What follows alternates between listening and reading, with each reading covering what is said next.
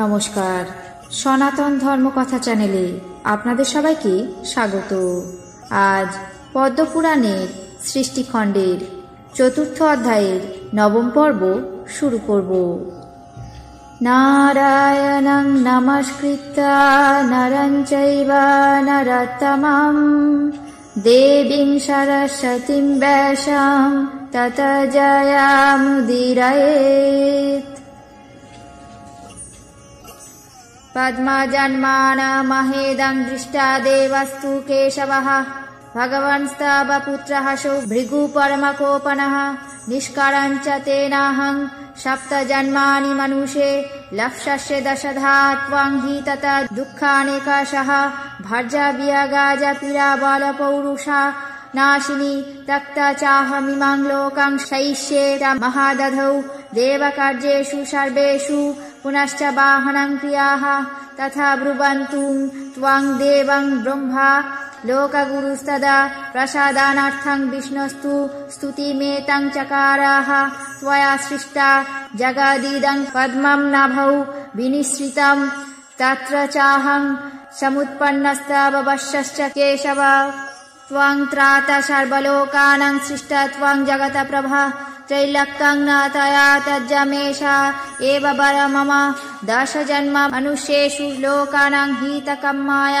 स्वयं कर्ता नेते शक्तः शापदानाय कोह पिब कोहहं भृगुकथं तेन शक्यं सप्तुं जनार्दन मनायश्च सदा विप्रान् ब्रह्मणस्ते तनुषयं योगनिद्रां मुपश्य त्वं किराद्धौ शापि ईश्वर कार्यकाले पुनस्तन्तु बोधयिष्यामि माधव भगवान्नेय तावत्तु त्वच्छक्ता चोपबृंहितः सर्वकार्यकारं शत्रुस्तावै वंशेन शत्रुः त्रैलोक्यं पालयन्नेव त्वदग्रं स करिष्यति एवं स्तुतस्त्वदा विष्णुब्रह्माणमिदमुक्तवान् सर्वमेतद् करिष्यामि जन्मं ज्ञापयश प्रभो अदर्शनं गतदेव ब्रह्मा त्वं नाभिजज्ञिवान् गते देव तदा विष्णु ब्रह्मा लोकपितामह भूयश्चकार वै सृष्टिं लोकानां प्रभवः प्रभु।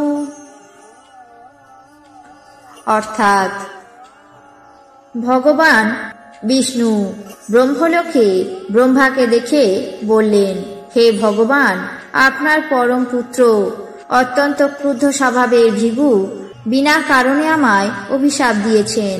তিনি বলেছেন, আমাকে 10 জন্ম মানুষ হতে হবে, বহু দুঃখ পেতে হবে এবং ভার্যা বিয়োগে বল পৌরুষ নাশিনী পীড়া প্রাপ্ত হবে। আমি এই লোক পরিত্যাগ করে এখনই মহাসাগরে গিয়ে শয়ন করি। যখন দেবকার্য উপস্থিত হবে তখন আমাকে আবাহন করবেন। কেশব এই কথা বললে লোকগুরু ব্রহ্মা ভগবান বিষ্ণুকে প্রসন্ন করার জন্য তাকে এমন স্তব করতে লাগলেন।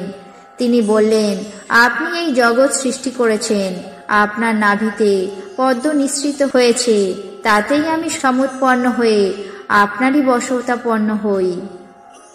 আপনি সর্বলোকের কর্তা এবং সর্বলোকের স্রষ্টা। হে প্রভু, এই ত্রৈলোক্যকে তুমি পরিত্যাগ করো না, এই আমার প্রার্থনীয় বর। তুমি লোকসমূহের হিতকামনায় 10 জন্ম মনুষ্যলোকে বাস করো।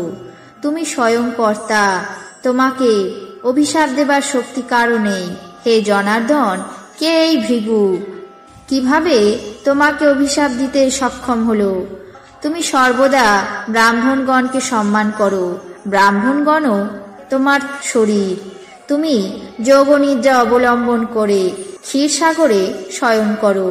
হে মাধব, কার্যকাল উপস্থিত হলে পুনরায় আমি তোমাকে জাগিয়ে তুলব। হে ভগবান, এই ইন্দ্র তোমার শক্তিতেই বৃদ্ধিপ্রাপ্ত হয়েছে। তোমারই অংশক্রমে এই ইন্দ্র সর্বকার্যকারী এবং সর্বশত্রুঘাতী।